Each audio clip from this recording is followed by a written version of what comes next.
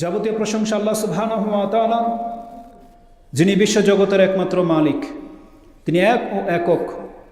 যে আল্লাহ সুবহানাহু ওয়া তাআলা আমাদেরকে হেদায়েত করেছেন এবং অসংখ্য অনুগ্রহের মাঝে আমাদেরকে বাঁচিয়ে রেখেছেন, আমরা তার প্রশংসা করি। আমরা বলি আলহামদুলিল্লাহ। সালাতু ওয়াস সালাম প্রিয় নবী মুহাম্মদুর রাসূলুল্লাহ সাল্লাল্লাহু আলাইহি ওয়াসাল্লামের প্রতি, যার উপরে সালাতু ওয়াস সালাম পাঠকারীকে আল্লাহ সুবহানাহু ওয়া তাআলা 10 বার করে রহমত নাজিল করেন। বরং আল্লাহ সুবহানাহু ওয়া তাআলা ওই ব্যক্তির উপরে 10 বার সালাত এবং সালাম আল্লাহ নিজে নাজিল করেন। এজন্য আমরা আল্লাহ সুবহানাহু ওয়া তাআলার কাছে রাসূল সাল্লাল্লাহু আলাইহি ওয়াসাল্লামের জন্য দোয়া করি। আমরা বলি আল্লাহুম্মা সাল্লি আলাইহি আল্লাহুম্মা বারিক আলাইহি। আমি প্রথম শুরু করব আপনার কাছে মসজিদ বানানোর প্রয়োজনীয়তা কেন মুসলিম সমাজে, কেন মসজিদ বানানোর গুরুত্ব এত বেশি ইসলামে, সেই সম্পর্কে একটু আমি আপনাকে দিক নির্দেশনা দিতে চাচ্ছি। আমি লক্ষ্য করে দেখেছি, আপনারা আমার সাথে একমত হবেন, কোনো সমাজে বা কোনো রাষ্ট্রে যখন কোনো দল আসে, তারা একটা নির্দিষ্ট স্থান, একটা প্রতিষ্ঠান, একটা ঘর বলেন, একটা খাস জায়গার প্রয়োজনীয়তা বোধ করে। কেন? বেশ কিছু উদ্দেশ্য থাকে, এটা আমি বলবো। সেটা কোনো প্রতিষ্ঠান হোক, কোনো দল হোক, কোনো সংগঠন হোক, সেটা জাতির ভিত্তিতে হোক অথবা বর্ণের ভিত্তিতে হোক, অথবা কর্মপেশায় আপনি লক্ষ্য করেন, যারা ফুটবল খেলে তাদের একটা সংস্থা আছে, যারা ক্রিকেট খেলে তাদের একটা সংস্থা আছে, যারা মিডিয়াতে গান বাজনা করে তাদের একটা সংস্থা আছে, যারা রিক্সা চালায় তাদের একটা সমিতি আছে, যারা বাস চালায় তাদেরও একটা সমিতি আছে। এইভাবে প্রত্যেকটা কর্মের পেশাদারদের জন্য পৃথক পৃথক একটা সংগঠন থাকে এবং তারা তখন প্রয়োজন বোধ করে যে একটা নির্দিষ্ট জায়গা, একটা খাস জায়গা, এবং সেই জায়গাতে একটা ঘর বা একটা প্রতিষ্ঠান হোক, এটা তারা প্রয়োজন বোধ করে এবং তারা সেটা বানায়। তখন সেটার নাম দেয় কি? পাঠাগার, বাংলা ঘর অথবা আড্ডাখানা।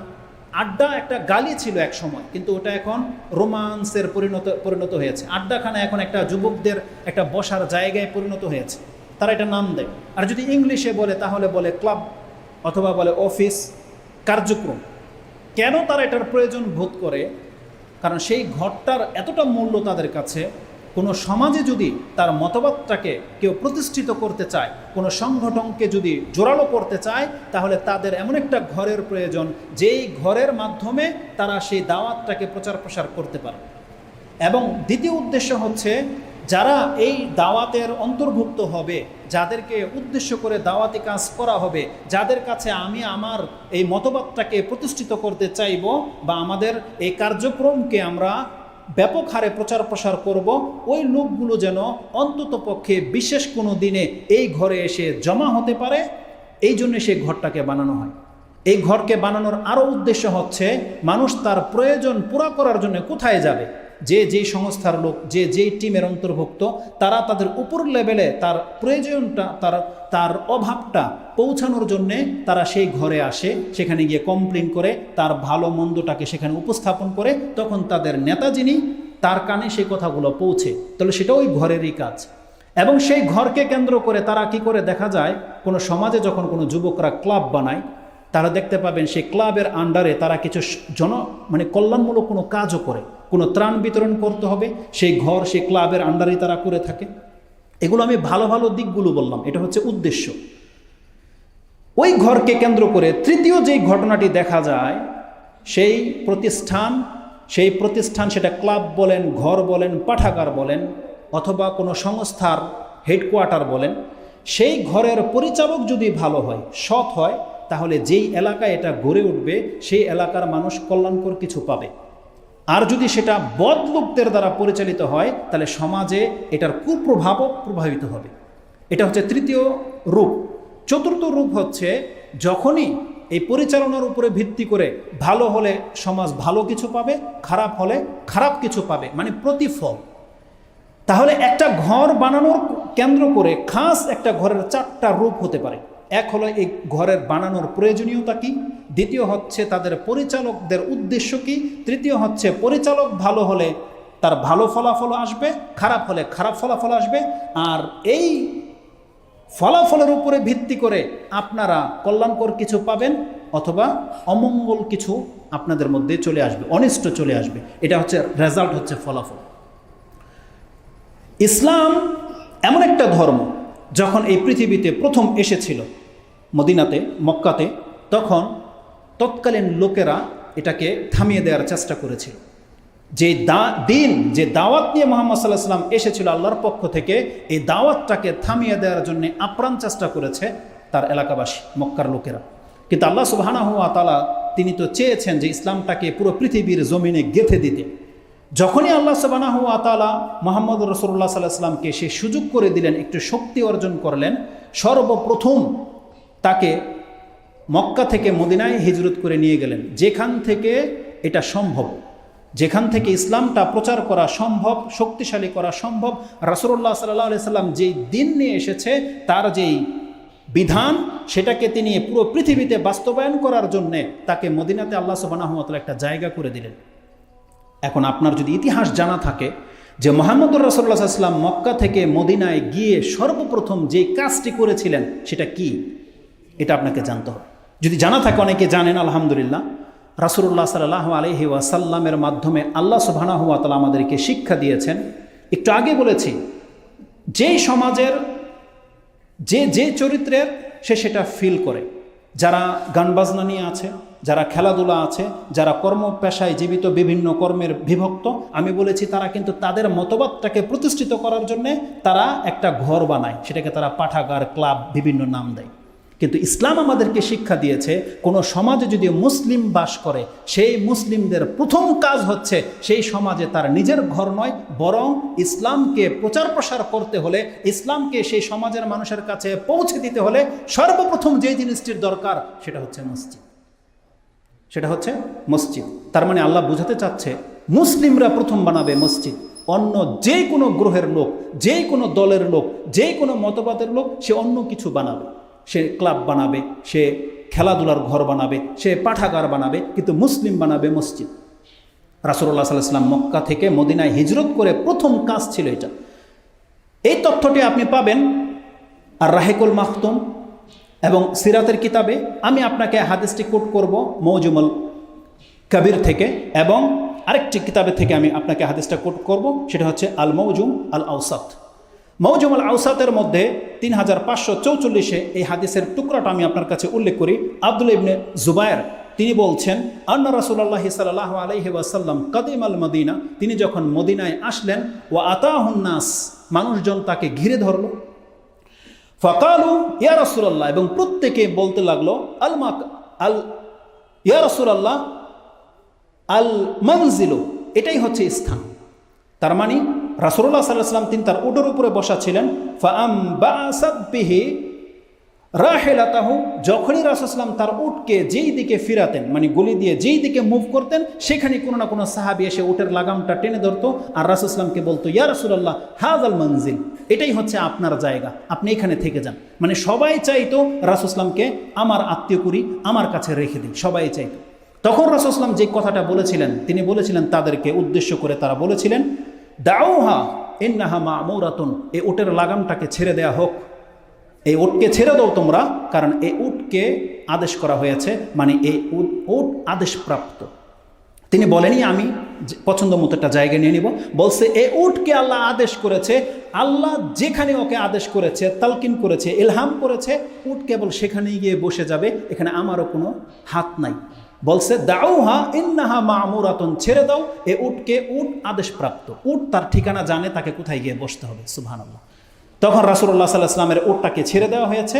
সুম্মা খারাজাত বিহি, রাসূল সাল্লাল্লাহু আলাইহি ওয়াসাল্লাম সে যখন উট নিয়ে বেরিয়ে পড়লো, হাত্তা জাআত বিহি মাওদিল মিম্বার, যেখানে রাসূল সাল্লাল্লাহু আলাইহি ওয়াসাল্লাম মসজিদের মিম্বরটা ছিল, মানে মসজিদের একেবারে প্রাণকেন্দ্র যেটা মিম্বার, উটটা সেই জায়গায় গিয়ে বসে গেল। তার মানে আমি কি বোঝাতে চাচ্ছি, উট আল্লাহর পক্ষ থেকে নির্দেশিত, তার মানে ওই জায়গাটাকে আল্লাহ সুবহানাহু ওয়া তাআলা চয়ন করেছে। যে আল্লাহ সুবহানাহু ওয়া তাআলা মুহাম্মদ সাল্লাল্লাহু আলাইহি ওয়াসাল্লামকে বলেছেন যে আপনি মদিনায় যান, আপনার স্থান যেটা হবে আমি দেখিয়ে দিচ্ছি। উটের মাধ্যমে আল্লাহ সুবহানাহু ওয়া তাআলা একটা জায়গাকে নির্ধারণ করে দিয়েছিলেন।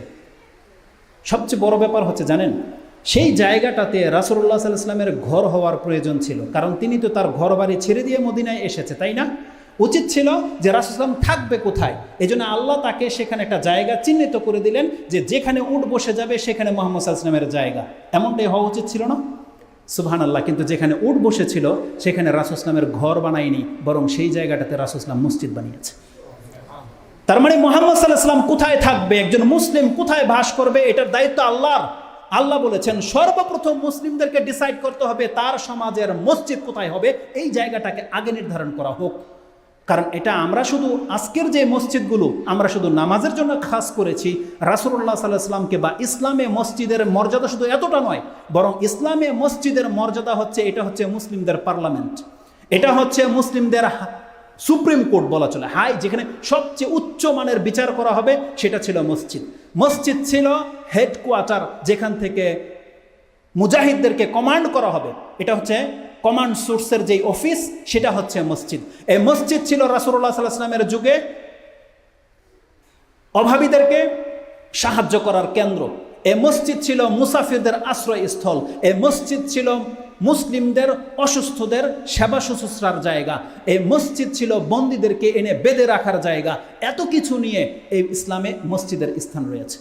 আর সর্বোপরি মসজিদের সব থেকে মর্যাদাকর বিষয় হচ্ছে সেখানে এটাকে আল্লাহর ঘর মর্যাদা দেওয়া হয়েছে, সে কথাটা আসবে, এবং এটা হচ্ছে প্রশান্তির জায়গা। এই ঘরে যারা আসবে যতক্ষণ থাকবে ততক্ষণ শুধু তার মর্যাদায় বৃদ্ধি হয় না, তার গুনাহখাত মাফ হতে থাকে। এই সমস্ত কিছু নিয়ে এই মসজিদ আমাদেরকে দেয়া হয়েছিল আল্লাহর পক্ষ থেকে।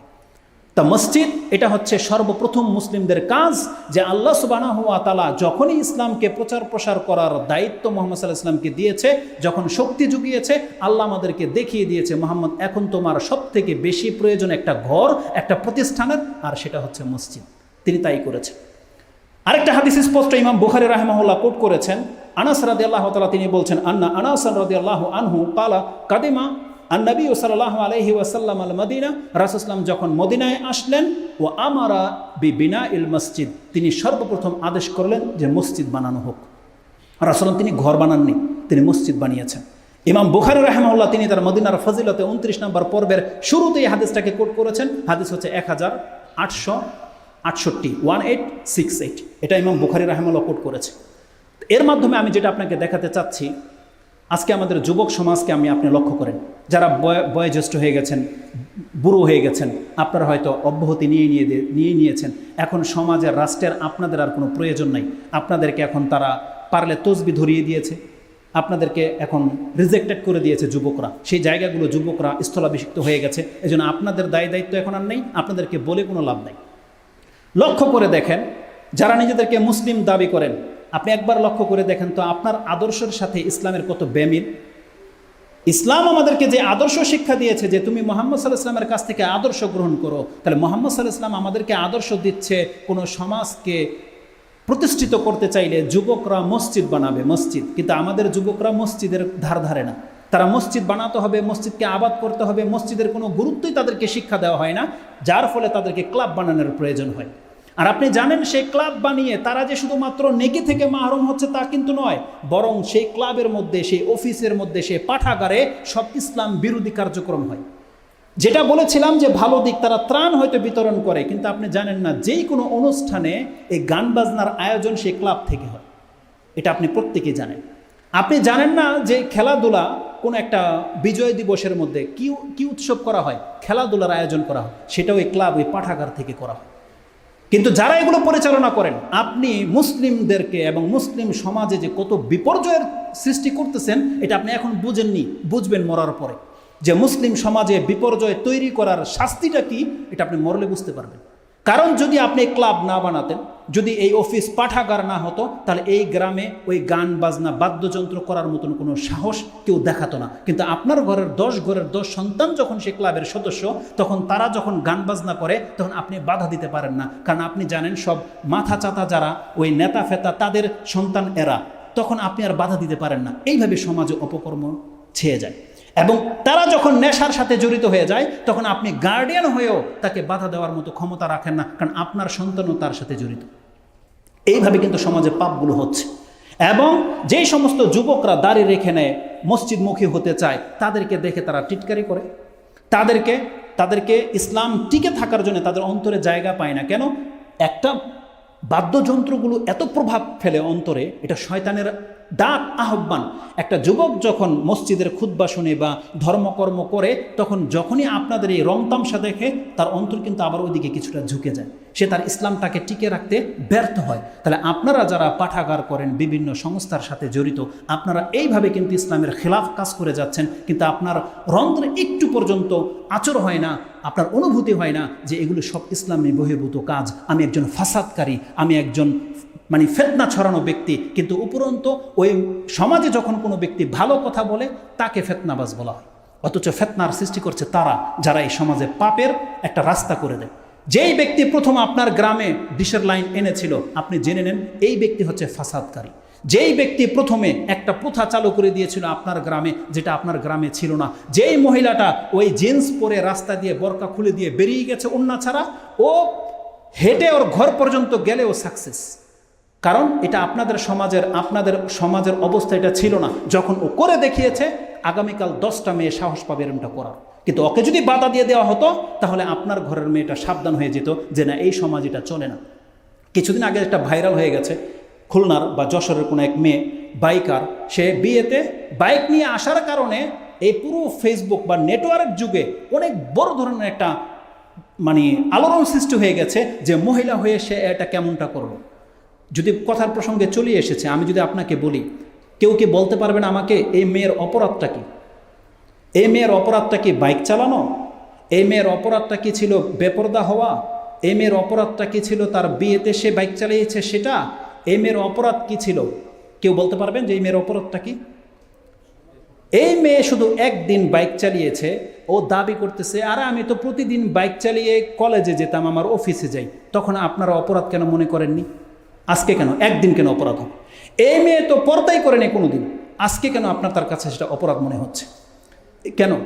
বরং আমি মনে করি এই মেয়ের চাইতে সবচেয়ে বেশি অপরাধী হচ্ছে আশেপাশে যে বাইকগুলো ছিল সেই বাইকের যাত্রীরা। কেন?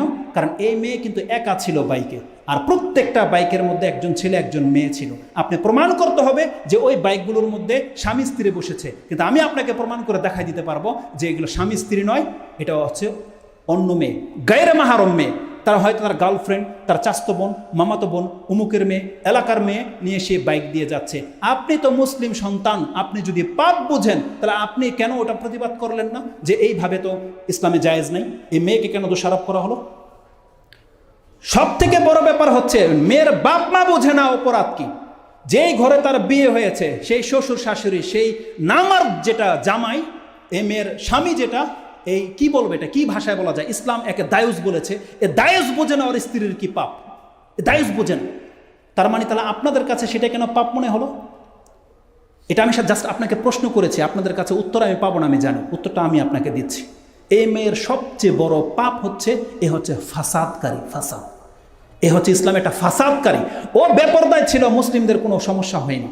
ও বাইক চালায়, মুসলিমদের কোনো সমস্যা হয়নি। কিন্তু ও এই কাজটা করে দিয়ে পুরো জাতিকে দেখিয়ে দিয়েছে যে ইসলাম আমি মানি না।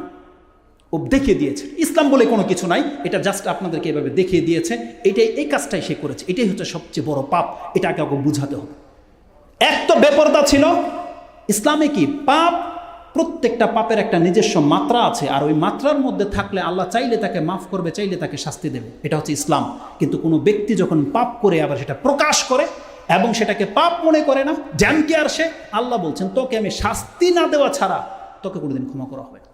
যেই ব্যক্তি পাপ করে গর্ব করে, আল্লাহ বলছেন এমন কোনো স্বৈরাচারকে আমি ছাড়বো না কাল কিয়ামতের মাঠে, তাকে আমি শাস্তি দেওয়ার পরেই তারপরে ডিসিশন হবে কি করব না।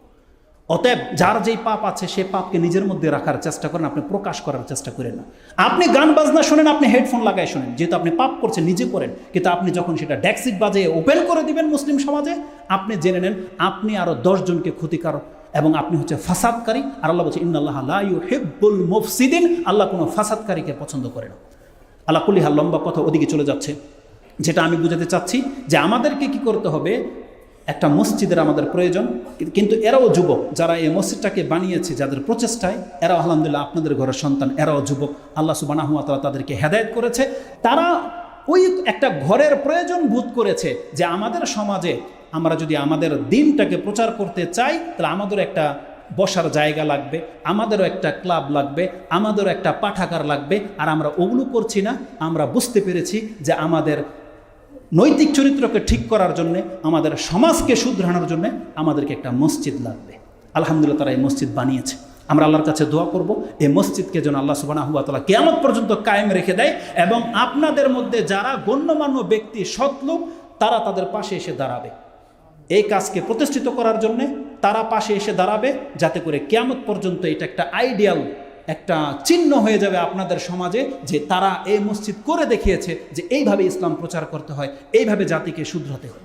আমরা এমনটাই আহ্বান করছি আপনাদের কাছে। তো এটা ছিল আমার প্রথম কথা, যে আমাদেরকে মসজিদ বানানোর কেন প্রয়োজন হয়।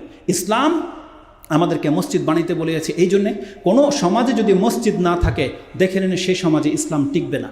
কারণ মসজিদই এমন একটা জায়গা যেখান থেকে কেবলমাত্র আল্লাহর কথা বলা হয়। মসজিদই এমন একটা জায়গা যেখান থেকে আল্লাহর ভয়, পরকালের কথা আপনাকে স্মরণ করিয়ে দেওয়া হয়। পৃথিবীর এমন কোনো ঘর নাই যেখানে গেলে আপনি দাওয়াতটা পাবেন না। আপনি সব জায়গায় শুধু দুনিয়াবী চিন্তা ভাবনা, সব জায়গায় শুধু দুনিয়াটাই আপনার কাছে তুলে ধরা হবে।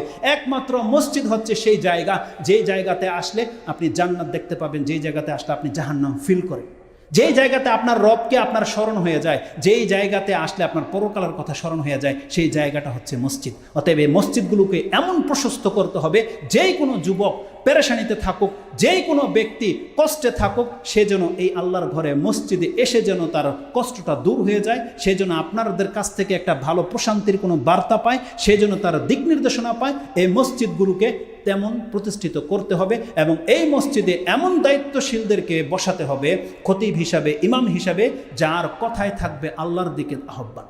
যেই ব্যক্তি কেবল মানুষকে আল্লাহর দিকে ডাকবে, যেই ব্যক্তি মানুষকে আল্লাহর পরিচয়টাকে আপনার কাছে তুলে ধরবে, এক কথায় যেই ব্যক্তি আল্লাহর কিতাব, কোরআন এবং রাসূল সাল্লাল্লাহু আলাইহি ওয়াসাল্লামের সুন্নাহকে বাস্তবায়ন করার মতো মেন্টালিটি রাখে, এমন খতিব, ইমাম নিযুক্ত করতে হবে। তাহলে জাতি ভালো কিছু পাবে। তাহলে আমাদের প্রথম মেসেজ হচ্ছে মসজিদ বানানোর গুরুত্ব। এটা ইসলামকে যদি আপনি প্রতিষ্ঠিত করতে চান, আমি দ্বিতীয় পয়েন্টে চলে আসি, ওটার মধ্যে সব কথা চলে আসবে। তাহলে মসজিদ কেন আমাদেরকে বানাতে হবে? মসজিদ বানানোর সব থেকে প্রধান এবং মুখ্য যে উদ্দেশ্য, সেটা হচ্ছে আল্লাহর দিনে ধর্ম ইসলামকে মানুষের কাছে প্রতিষ্ঠিত করা। যে কোনো সমাজে যদি আপনি ইসলাম প্রতিষ্ঠিত করতে চান, তাহলে আপনার জন্য একান্ত জরুরি হচ্ছে মসজিদ। এই মসজিদ না বানালে আপনি আপনার ধর্মটাকে প্রচার প্রসার করতে পারবেন না। এটা হচ্ছে প্রথম কাজ, যে আপনার দিনকে প্রতিষ্ঠিত করতে হলে, শক্তিশালী করতে হলে, এবং আপনার দিনের প্রভাব কোনো সমাজে যদি আপনি চাপিয়ে দিতে সক্ষম, তখনই হবেন যখন আপনি একটা মসজিদ বানাবেন। এটা হচ্ছে প্রথম কাজ। দ্বিতীয় কাজ হচ্ছে, এই মসজিদগুলো ছিল জ্ঞানের জায়গা। আজকে মসজিদ থেকে সেই শিক্ষা ব্যবস্থাটাকে ছিনিয়ে নেওয়া হয়েছে। মসজিদ ছিল রাসূল সাল্লাল্লাহু আলাইহি ওয়াসাল্লামের যুগের ইউনিভার্সিটি, যেটাকে আপনি বুঝান, সব থেকে উচ্চমানের শিক্ষা দেওয়া হতো মসজিদে। কিন্তু মসজিদ থেকে সেই শিক্ষা ব্যবস্থাটাকে ছিনিয়ে নেওয়া হয়েছে, কারণ তাতে অনেক টাকার ইনকামের ব্যাপার। যখনই মসজিদ থেকে সেটাকে পৃথক করে নেওয়া হয়েছে, তারা লাখ লাখ টাকা হাতিয়ে নিচ্ছে শিক্ষা খাতে, অথচ সেই কাজটা মুসলিমদের মসজিদ থেকে ফ্রিতে দেওয়া হতো। কিন্তু আপনার সন্তানকে শিক্ষিত করার লক্ষ্যে আপনারা হাজার হাজার টাকা খরচ করে ফেলছেন, কিন্তু নৈতিক শিক্ষা আপনি পাচ্ছেন না। পাচ্ছেন শুধু ABCD, এগুলো আক্ষরিক জ্ঞান তো সে শিখায়, কিন্তু তার মধ্যে ইসলামের ভ্রাতৃত্ববোধ এবং ইসলামের নৈতিকতা তাদেরকে শিক্ষা দেওয়া হয় না। কারণ একমাত্র মাদ্রাসায় কিছু আছে যেখানে কেবলমাত্র হয়তো দিনের কথা শিক্ষা দেয়, কিন্তু অধিকাংশ মাদ্রাসার মধ্যে সেটাও নাই। সেখানেও শুধুমাত্র আলিফ বা তাসাই শিখায়, কীভাবে আরবি পড়তে পারেন, ইবারত কীভাবে পড়া যায়, এগুলোই শিখায়, কিন্তু কোরআন এবং সুন্নাহ শেখানো হয় না। তারা একটা মতবাদের উপরে ভিত্তি করে যখন মসজিদ মাদ্রাসা বানানো হয়, তখন কিন্তু তাই হয়ে যায়। যেমনটা বলেছিলাম, মসজিদগুলো ছিল পার্লামেন্ট, মসজিদগুলো ছিল বিচারালয়, মসজিদগুলো ছিল ত্রাণ বিতরণের জায়গা, মসজিদগুলো ছিল চিকিৎসালয়, মসজিদগুলো ছিল মাদ্রাসা। এগুলো সব কিন্তু মসজিদ থেকে ছিনিয়ে নেওয়া হয়েছে, যদিও তাদের একটা সৎ চিন্তাই হয়তো ছিনিয়ে নিয়েছে। কিভাবে? তারা ভেবেছে এটা আল্লাহর ঘর, এটাকে পবিত্র রাখতে হবে, এখানে কেন বিচার হবে? ঠিক আছে, বিচার ব্যবস্থাটাকে আলাদা করা হবে, হয়তো আলাদা করানো হয়েছে। তারা ভেবেছে যে বিচার কার্য, পার্লামেন্টের যে ডিলগুলো পাশ হয় একটা রাষ্ট্র পরিচালনার জন্য, এটাই মসজিদে রেখে লাভ কি? এটা আমরা সংসদে নিয়ে চলে যাই।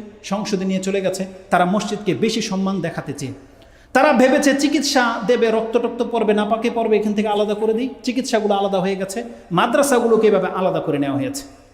কিন্তু আপনি খুব সূক্ষ্মভাবে লক্ষ্য করে দেখেন, এরা মসজিদের এতটা সম্মান তো করেছে, কিন্তু ক্ষতিটা কি করেছে? যখনই এটা মসজিদের মধ্যে ছিল, তখন মানুষের মধ্যে চিন্তা আসতো যে আজকে পার্লামেন্টে যে বিলগুলো পাশ হয় ওখানে কিন্তু এটা ইসলামের কোনো কিছু মনে করা হয় না, কিন্তু সেই কাজটা যদি মসজিদে করা হতো তাহলে অবশ্যই সেটাকে একটা ধর্মীয় অনুভূতিতে করা হতো। তারা বুঝতো এটা ধর্মের ব্যাপার। যখন চিকিৎসা বিদ্যার ব্যাপার হতো তখন তারা বুঝতো এটা একটা ধর্মীয় ব্যাপার।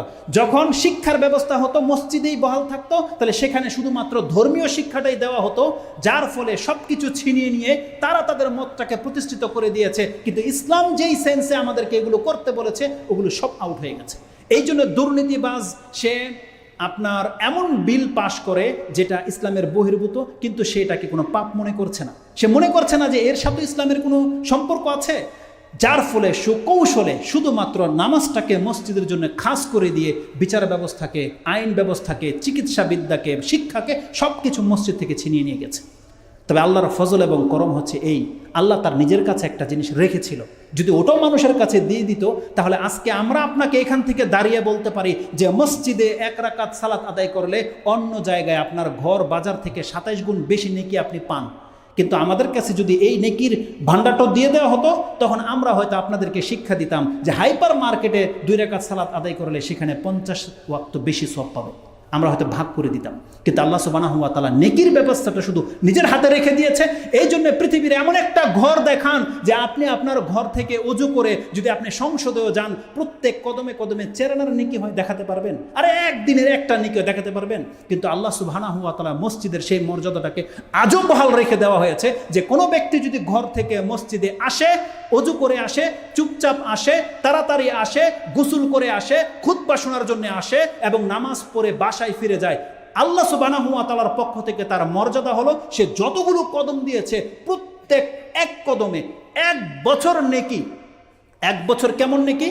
কোনো ব্যক্তি যদি লাগাতার 1 বছর সিয়াম রাখে, কোনো ব্যক্তি যদি 1 বছর রাতে কিয়াম করে, এই ব্যক্তি যতটা নেকি কামিয়েছে আল্লাহ আপনার 1 কদমের তলায় সেটা রেখে দেয়। এটা ইমাম বুখারী মুসলিমের হাদিস দ্বারা প্রমাণ করে দেওয়া যাবে, যেটা ইনশাআল্লাহ মসজিদের মর্যাদার মধ্যে উল্লেখ করব। আপনি যত কদম লেগেছে মসজিদে আসতে আপনার প্রত্যেক কদমে আল্লাহ এরকম 1 বছরের সিয়াম এবং কিয়ামের নেকি রেখে দিয়েছে। আপনি কত কদম দিয়েছেন, কত বছরের নেকি আজকে নিয়ে যাচ্ছেন, এবার আপনি চিন্তা করে দেখেন। এই মসজিদগুলো এমন জায়গা, রাসূল সাল্লাল্লাহু আলাইহি ওয়াসাল্লাম বলেছেন যেই ব্যক্তি মসজিদে আসার পরে 1 সালাত আদায় করে আরেক সালাত পর্যন্ত অপেক্ষায় থাকবে, যতক্ষণ সে অপেক্ষায় থাকবে ততক্ষণ ফেরেশতারা তাকে বলতে থাকবে আল্লাহকে মাফ করে দাও, আল্লাহর উপর রহম করো, আল্লাহর উপর দয়া করো, ততক্ষণ ফেরেশতা বলতে থাকবে।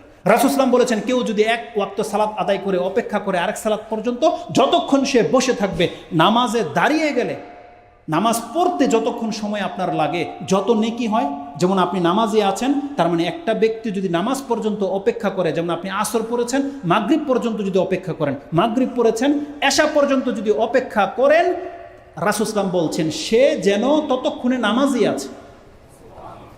1 ঘন্টা নামাজ পড়লে যেই নেকি আপনি বসে থেকে সেই নেকি পাবেন। এই জায়গাগুলো হচ্ছে মসজিদ। আলহামদুলিল্লাহ এগুলো মুসলিমরা ছিনিয়ে নিতে পারেনি, কিন্তু বিচার ব্যবস্থা, সংসদ, পার্লামেন্ট, হেডকোয়ার্টার সব কিছু, ক্যান্টনমেন্ট সব মসজিদ থেকে ছিনিয়ে নেওয়া হয়ে গেছে, শুধুমাত্র সালাতটা বাকি আছে।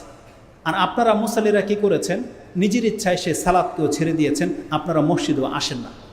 আপনারা বাহানা করে ঘরে সালাত আদায় করেন, অনেক সময় ঘরে সালাতের বাহানা করে আপনার ওয়াক্ত ছুটে যায়, আপনি সঠিক ওয়াক্তে নামাজও পড়তে পারেন না, আর খেয়াল খুশি আপনি নামাজ আদায় করেন।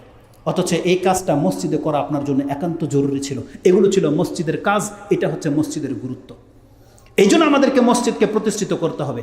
এখন আলাকুল্লি হাল আমরা তো ওই সংসদকে আর মসজিদে ফিরিয়ে নিতে আসা সম্ভব নয়, এটা আমাদের পক্ষে সক্ষম নই, কারণ আমরা ওই টাইপের মুসলমানই হতে পারিনি যে আমরা আল্লাহর দিনকে প্রতিষ্ঠিত করার জন্য রক্ত দিয়ে দিব। আমাদের মধ্য থেকে সেই চিন্তা আল্লাহ সুবহানাহু ওয়া তাআলা ছিনিয়ে নিয়েছে, কারণ আমাদের মধ্যে ভীতি, ভয় ঢুকে গেছে।